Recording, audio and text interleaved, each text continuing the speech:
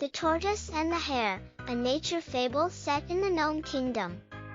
Once upon a time, in a gnome kingdom far away, a tortoise and a hare met and decided to have a race together. The hare was sure that he would win, for he was much faster than the slow and steady tortoise. The tortoise, however, was sure that he would win, for he was much more patient than the impulsive hare. The race started, and the hare quickly took the lead.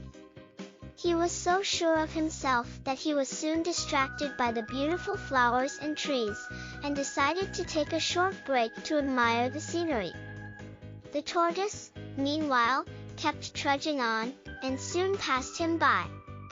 The hare, realizing his mistake, ran as fast as he could to catch up, but the tortoise was too far ahead and eventually crossed the finish line first. The tortoise had won the race, proving that patience and determination can be more important than speed.